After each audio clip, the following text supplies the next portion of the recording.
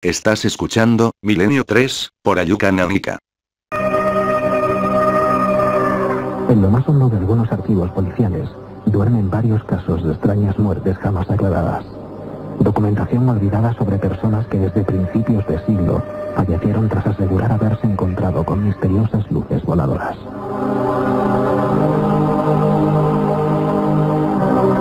En sus cuerpos, tras una larga agonía, aparecieron las marcas rotundas de haber estado muy cerca de cierto tipo de fuentes radiactivas.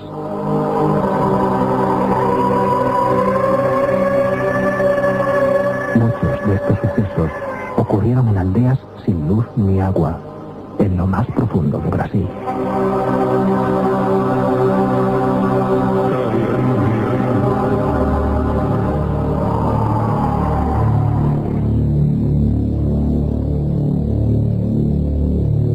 Bienvenidos a Estrellas Milenio 3.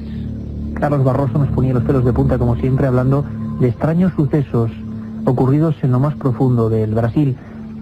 Vamos a aprender hoy que no fue el único lugar tocado por este tipo de fenómenos extraños, que han ocurrido en otras partes del mundo. Pero no sabemos por qué. No logramos comprender el motivo de que en esas selvas tengamos algunos de los expedientes más extraños que hoy, para toda la gente que nos sigue a través de la cadena SER, donde si no, vamos a mostrar. Esto es Milenio 3. El equipo ya lo conocéis: Katia Rocha, Carlos Barroso, Carmen Porter. Este que os habla, vuestro amigo Iker Jiménez, y a los mandos técnicos de esta nave que va rumbo al misterio, nuestra compañera Elena Sánchez. Sería difícil de describir el caso tipo. Nos habéis preguntado constantemente a Milenio 3, con números, siempre lo repito, @cadenaser.com, milenio3@cadenaser.com, casos, algunos llamáis truculentos, otros ponen malignos, casos de muertes de personas en torno al fenómeno OVNI. Ya nos conocéis, nos vamos conociendo, casi un año de programa. Sabéis que somos un equipo de periodistas que no tenemos ni la verdad ni pretendemos tenerla, simplemente exponemos los datos con los mejores investigadores, los más rotundos documentos, y vosotros sacáis vuestras conclusiones. Y hoy lo vamos a hacer con un personaje de excepción, un compañero de este equipo, un viajero. Yo le llamo el último aventurero. Pablo Villarrubia Mauso, hispano-brasileño, que siempre que viene a este estudio uno ya oculto en la penumbra de las luces, viene con las botas casi llenas de barro, viene con la faldriquera llena de historias, de vivencias, y viene siempre además con un buen fajo de reportajes, de historias que luego cobrarán sentido, serán escritas, y en este caso serán contadas. Os prometo emociones fuertes.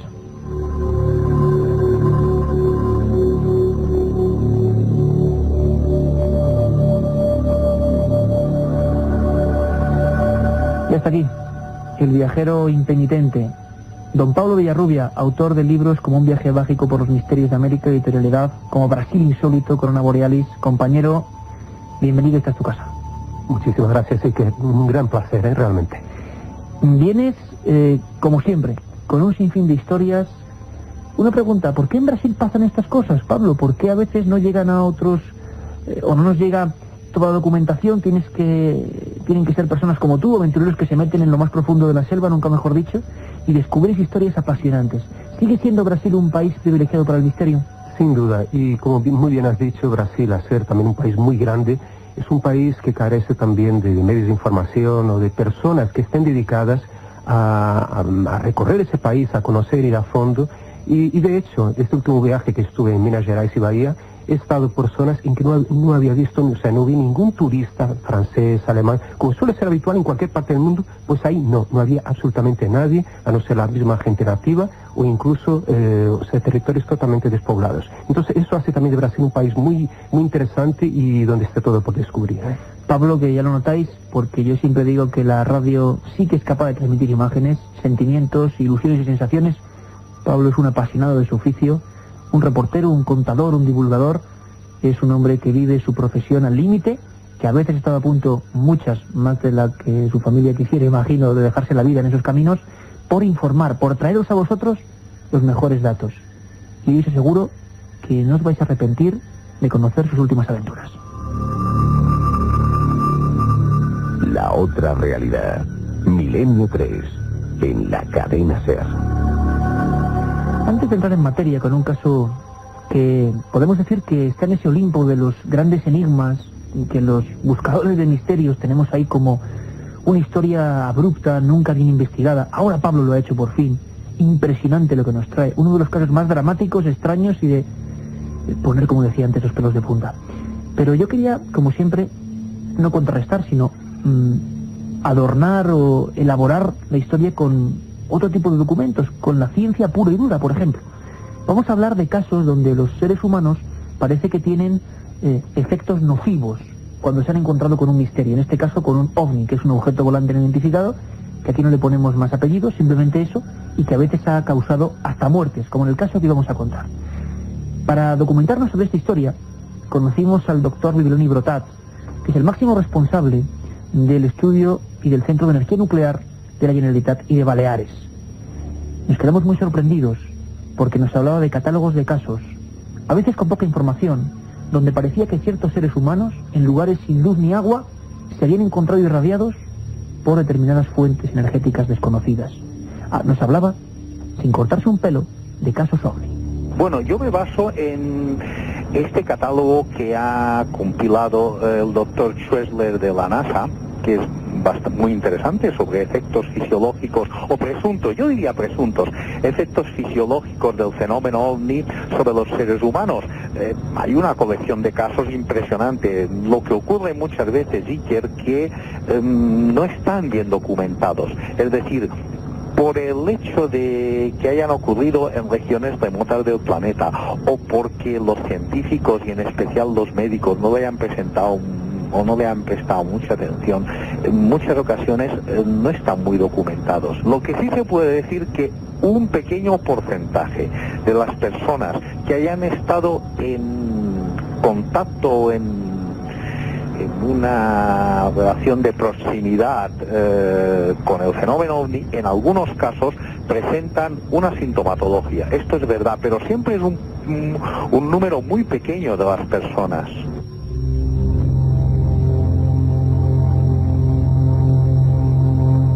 Lo decía el doctor, experto y director del Centro de Energía Nuclear, Bibiloni Brotat. Y nos va a servir de introducción para hablar quizás de uno de los primeros mártires del misterio, una persona que dejó de existir.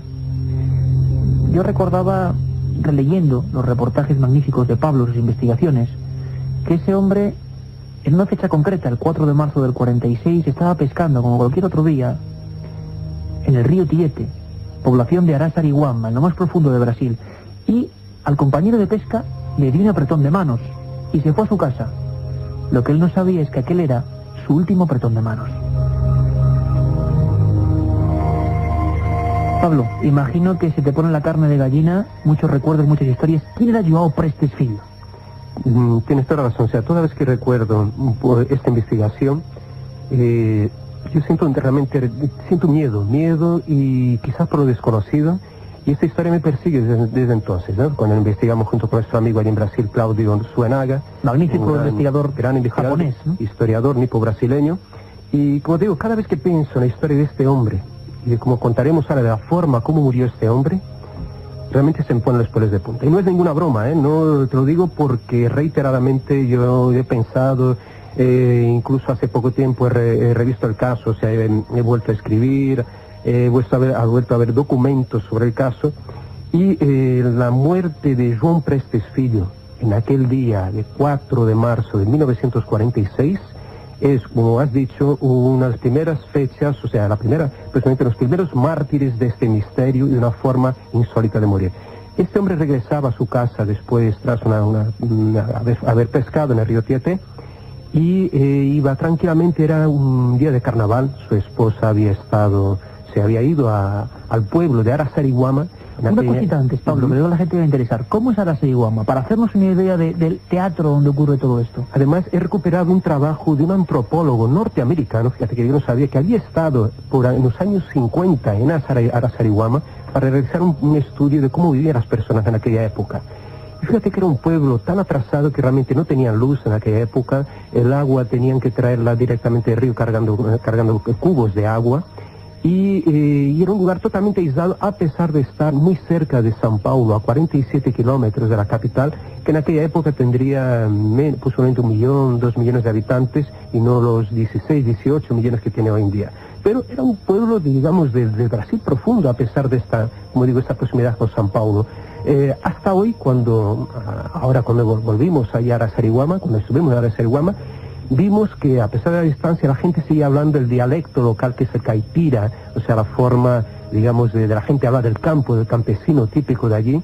La gente te habla todavía de leyendas, te habla de las apariciones de extrañas criaturas, incluso de hombres lobos, o lobisomem, como dicen en portugués, y también te hablan de las famosas mães do ouro, o el lagarto volador. Fíjate qué interesante, son bolas, esferas voladoras, o entonces elementos brillantes, alargados, que se desplazan en los cielos. Como en tantas culturas y lugares, y iremos viendo en el Milenio 3, de todas las partes del mundo. Sí, un lugar eminentemente agrícola, Pablo, y João Prestes, la edad era cercana a los 40 años, ¿no? Él tenía, al principio, los informes iniciales eran de 39 años, pero conseguimos averiguar en su acta de defunción que tenía 44 años. Otro de los documentos, para que conozcáis un poco, Pablo Villarrubia Mauso comparte plenamente, creo que ya lo estáis viendo, ya estuvo en un programa con nosotros, con las mutilaciones de ganado, el espíritu de Milenio 3, de documentación al máximo y demostrar todas las fuentes, y llegaste hasta ese terrible documento. Él era un agricultor, una persona normal, era un campesino, que vuelve de agricultor, volvió de pesca, se entra en su casa. Ahí hay varias versiones, pero he podido averiguar. Voy a hablar ahora usando, digamos, la voz de una persona que le rinde homenaje aquí en este programa, que ya falleció de una forma, que de ninguna forma morir simpática, pero este hombre con 95 años, Virgílio Ferreira Alves, fue, digamos, el testigo clave para que nos contara la verdadera historia de la muerte de João Prestes Filho.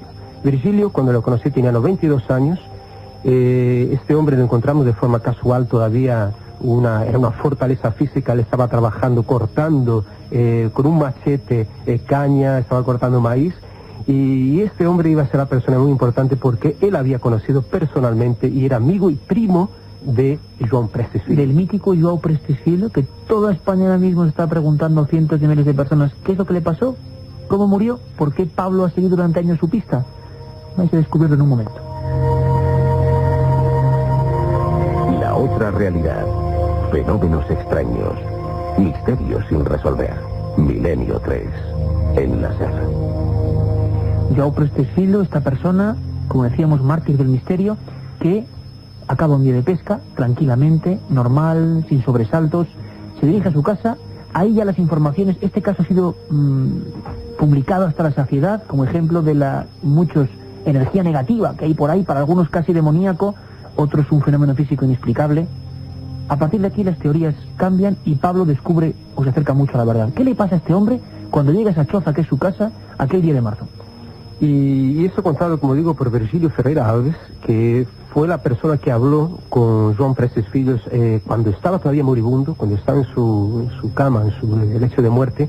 Virgílio cuenta que João Prestes entra en su casa, después de haber pescado, va a preparar una comida, o sea, va a preparar el pescado, pone el fuego en la lumbre y tal, se va a duchar, y al salir, este hombre entonces se topa con algo que Virgílio me dice, o sea, a partir de la declaración de Prestes, que era como una luz amarilla, como un rayo o una luz amarilla. Que entra a la casa, dentro de la casa. Dentro de la casa esto ocurre. Que esto no se sabía, estaba ahí. Algo, un destello, un rayo, él emplea el término en portugués como un rayo de luz, ¿no? En portugués, y a partir de ese momento siente que el cuerpo le arde, siente que le quema todo el cuerpo. Entonces se mira en el espejo y percibe que tiene algunas manchas, que está quemado, que este hombre siente que realmente todo el cuerpo le arde, y incluso mal puede mover sus manos, ¿no? Sale, o sea, intenta un proceso de parálisis. Se siente, claro, en aquel momento es como iluminado, ¿no? por ese rayo, por esa cosa que en ese momento entra en su casa, ¿no? Y le quema. Y él, incluso con los dientes, él corre el pestillo de la puerta para poder salir de casa, y entonces sí se lanza, se echa a correr más de 2 kilómetros hasta el centro del pueblo, porque él no vivía exactamente en el pueblo de Araçariguama, que en aquella época era poco más que una aldea, ¿no? En 1946. Un hombre, Pablo, misteriosamente quemado, y rodeado por una extraña luz, en un lugar donde no había ni luz, ni agua, y casi nadie que le hiciera falta, un lugar casi deshabitado y sombrío como era Araçariguama. ¿Queréis saber más historias de João Prestes? ¿Queréis saber lo que le pasó de verdad? ¿A qué han llegado las investigaciones? Lo vemos en un minuto. Si quieres viajar a lo desconocido, no dejes de leer El Archivo del Misterio de Iker Jiménez, los libros del tercer milenio. Colección El Archivo del Misterio de Iker Jiménez, publicado por Editorial Edad. Próximos títulos ya a la venta: La Sábana Santa de Carmen Porter, Casas Encantadas de Francisco Contreras, El Secreto de la Gran Pirámide de Manuel Delgado y Vampiros de Miguel Gómez Aracil. La otra realidad. Milenio 3. En la cadena SER. Y cuando Elena Sánchez nos pone esta sintonía, quiere decir que ya está aquí Carmen Porter, nuestra compañera, porque esta noche de 3 a 4, muchísimas más cosas, ¿no, Carmen? Buenas noches, Iker. Pues sí, muchas cosas. Esta madrugada entrevistaremos al vicepresidente del Centro Español de Sindonología, a Jorge Manuel Rodríguez, que nos contará los últimos descubrimientos que se han realizado en torno a la sábana santa de Hay mucha Turín. polémica porque parece que por fin se han visto los huesos que aparecen en esa sábana. Vamos a ver qué nos cuenta. Y como siempre, Iker, nuestras secciones, las leyendas urbanas de Katia Rocha, los intrépidos viajes de Carlos Barroso, la historia perdida narrada por Nacho Ares y las conspiraciones de nuestro compañero Santiago Camacho. Todo ello en la edición de madrugada de Milenio 3. Casi nada, la segunda hora. Sabemos que nos acompañáis, que sois fieles y os lo agradecemos. De 3 a 4. Ahora volvemos con João Prestes y Pablo Villarrubia. Pablo, seguimos en esta historia que parece digna de CSI. Tenemos una persona con una extraña coloración en su cuerpo, con parálisis en las manos, que acaba de ver una radiación, algo que se le mete, una esfera, una luz, y este hombre completamente aterrorizado sale corriendo. Imaginemos la escena, por favor, buscando ayuda, imagino, ¿no, Pablo? Sí, descalzo. Además, este hombre jamás usaba calzados, o sea, en un lugar, digamos, como era un campesino en aquella época, bueno, hasta hoy, mucha gente no lleva calzados ahí por Brasil porque trabaja en el campo.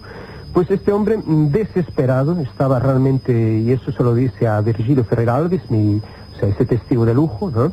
Pues este hombre se echa a correr, llega a Araçariguama, al pueblito, a la aldea esta, y al lado de la iglesia, que yo pude ver, fotografiar, está allí, la iglesia, una iglesita, ¿no?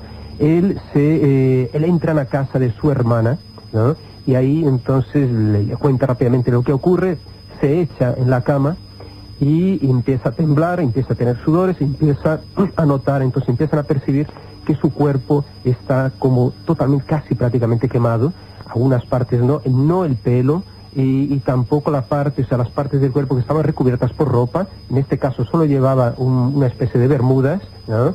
Y nada más, ¿sabes? Estaban algunas bermudas, y el cuerpo presentaba un color como si estuviera asado, como si estuviera tostado. Eran las palabras textuales de Virgilio Ferreira, ¿no? Esto me decía, no, Pablo, estaba realmente como la carne de fíjate, me dice la carne de un cerdo, ¿no? Tostada, ¿no? Quemada. Y este hombre entonces empieza a balbucear, João Prestes Filho empieza a sentir realmente los efectos de aquellas graves quemaduras de primero y segundo grado, después como indica la acta de defunción que pudimos ver, ¿no? Allí en Araçariguama, y le cuenta entonces la historia a Virgilio que había visto algo.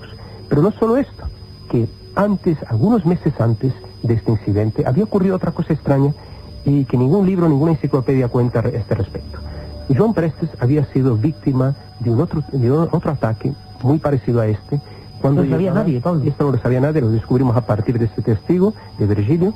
Nos cuenta que João Prestes llevaba mulas a través de los cerros, de las montañas, de la selva que separa São Paulo de Río de Janeiro. Llevaba entonces 20, 30 mulas para otra comunidad, para otra aldea, cuando de pronto, al final de la tarde, ve una especie de bola de luz que se le acerca, le empieza a rodear, le da varias vueltas y casi le derrumba de su montería, de su mula, ¿no? Donde estaba él sentado, ¿no? João Prestes, realmente se asusta con aquello, ¿no? Pero él sabía que aquello era el Boitatá. El Boitatá. El mítico Boitatá, de que hablaban ya las crónicas de los españoles y portugueses que estuvieron allí, entre ellos el padre Anchieta, el célebre padre Anchieta, el canario, el gran cura canario que estuvo en Brasil colonizando, también, bueno, enseñando a los indígenas los idiomas, incluso indígenas, en Ñengatú, El padre Anchieta es testigo de las apariciones también de una extraña esfera luminosa que atacaba y mataba a los indígenas. Eso estamos hablando de 1500 y algo.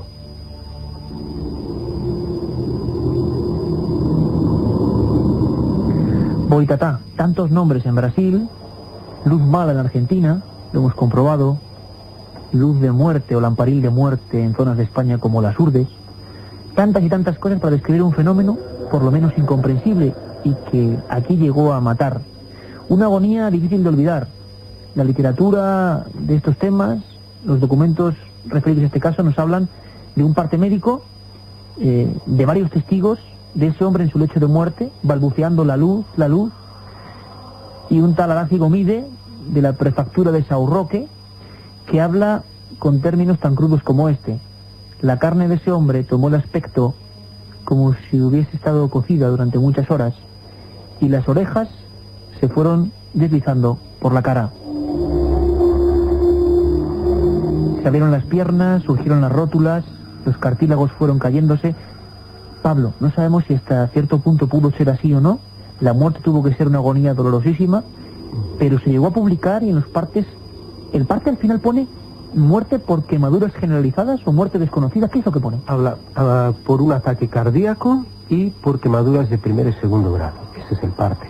Y como bien dices, el testimonio, o sea, de Arácigo Mide, que era un enfermero en aquella época, porque se forma una especie de peregrinación en aquel momento cuando el pueblo entero se entera de aquella historia. O sea, que lo ven morir mucha gente. Mucha gente acude, o sea, son decenas de personas acudieron como en peregrinación a ver los últimos momentos, porque realmente los estertores, ¿no? La agonía de Joan Prestes, y Arácigo Mide le describe como, o sea, que hay un momento en que empieza a caerle en jirones la carne, a desprenderse del cuerpo y a exponerse huesos y tendones, ¿no? Es lo que nos cuenta. Eso era un camastro, viéndolo la gente. ¿Sentía dolor, Pablo, este hombre?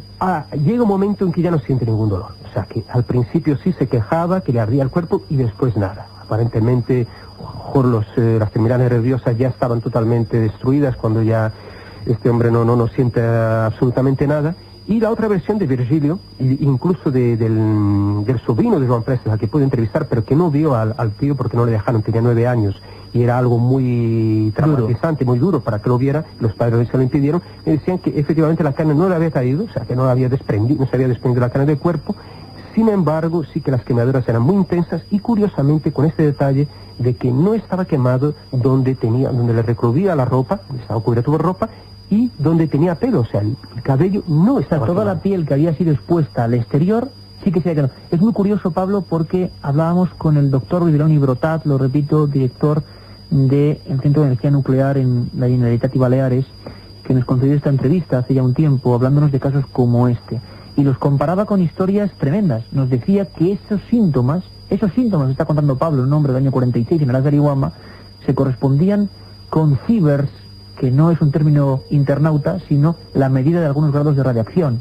El mundo nuclear es muy oscuro, un día hablaremos de él, y Bibiloni nos lo comentaba así, esas dosis letales que hacen falta, y cómo el cuerpo humano, la verdad es que toma un sentido, un aspecto idéntico, misterio, al que le ocurrió a este pescador, al que hoy estamos casi rescatando de un olvido. Escuchamos. En el caso de las radiaciones ionizantes, pues a partir de ciertas dosis, pues como usted sabe, pues puede morirse usted. Es decir, que yo veo, por ejemplo, en el caso de Chernóbil, yo tengo que, me parece que fueron del orden de 250 personas que fueron internadas en un hospital determinado, de unos 21 que habían recibido entre 4 y 6 sibes, pues murieron, todos.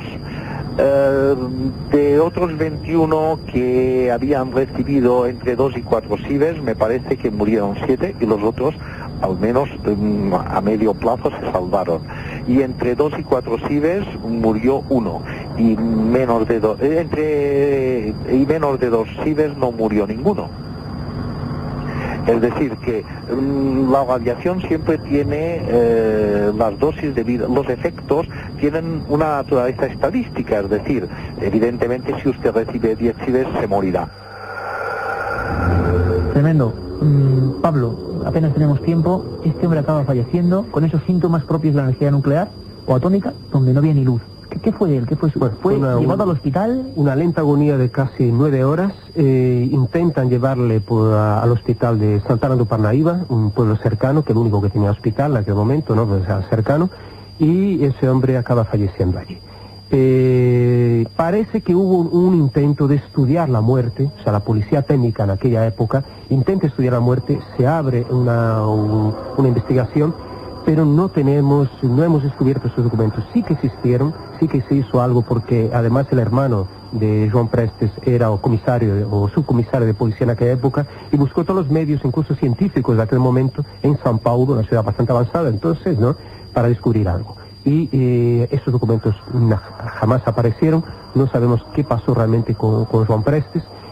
Tenemos una noticia, eso sí, fresca de este momento, que de este último viaje, de que en los años 70 estuvo un grupo de franceses y exhumaron el cuerpo de João Prestes. Y no se sabe a dónde puede estar en este momento el cuerpo de João Prestes.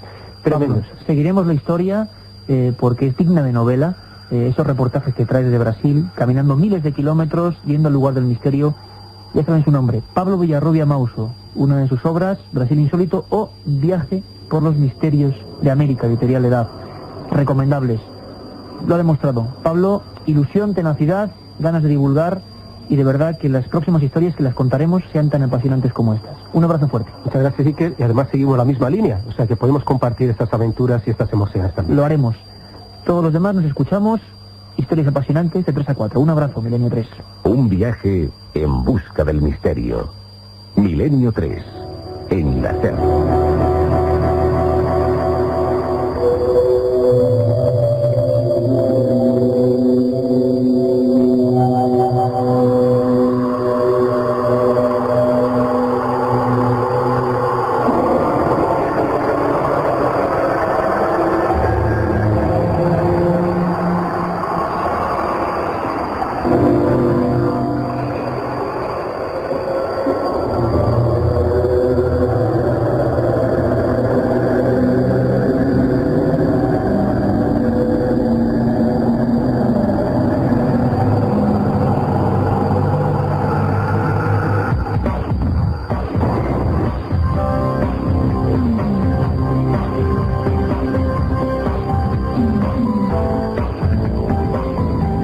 Cadena SER. La radio es así.